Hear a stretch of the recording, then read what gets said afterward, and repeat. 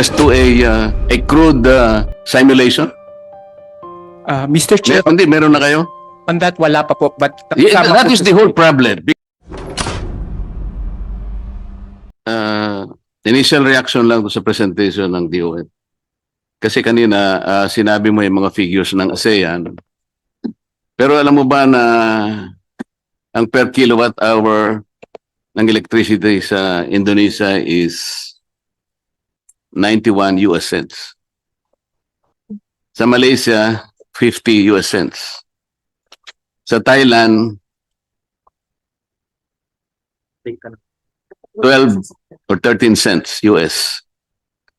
Sa Pilipinas, 29 cents. 21 cents. So, ibig sabihin, tayo pa rin ang pinakamataas. Tama.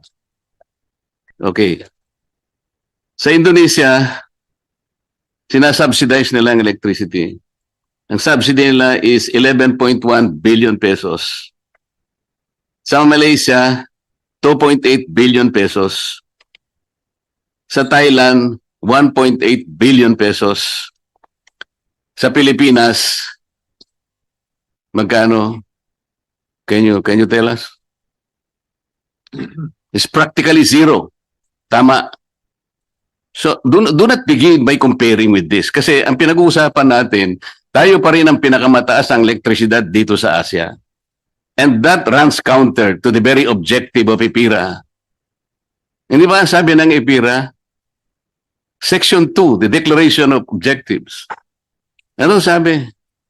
To ensure the delivery of equitable, secure, quality, reliable, and affordable rates of electricity. How do you counter the law's primary objective of giving out to the consumers affordable rates of electricity? Kung titignan mo po yung subsection F, ano sinasabi ron? Kasi kailangan nating maging competitive in the world market. Kailangan ng business, sabi niya. You draw your attention to the section 2 of EPIRA. Paano magiging competitive ang presyo mo? Pagkatapos sinasabi mo yung negative impact ng alisin ng VAT, blah, blah, blah. Doon ka nagko-concentrate lang Madam Chair. Did you ever compute or make a simulation as to, for example, nung bumaba yung VAT na electricity? How much will that be on the production cost of every business in this country?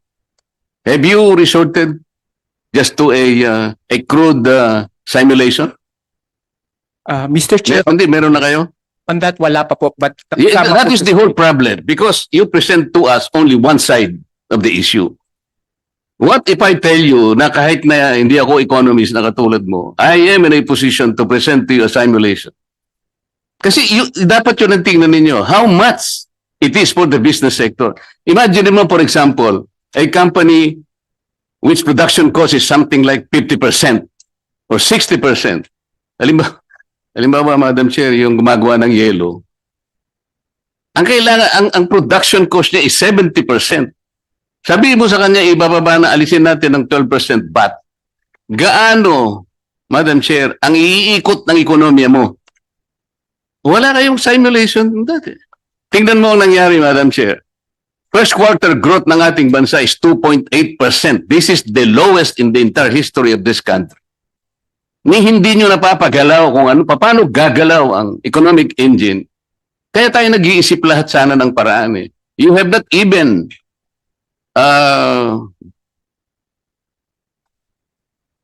do any simulation. Ilang beses kayang iikot ang ekonomiya natin? Baka, anong malay mo? Yung 2.8% natin, dapat siguro 8.2% yun Baka for the first time, Madam Chair, ang growth natin is 10% per annum na hindi pa natin nagagawa sa buong buhay natin. Because, ang laki yata ng kaugnayan ng taksa. I made an initial simulation, the relationship of taxes to the gross value added.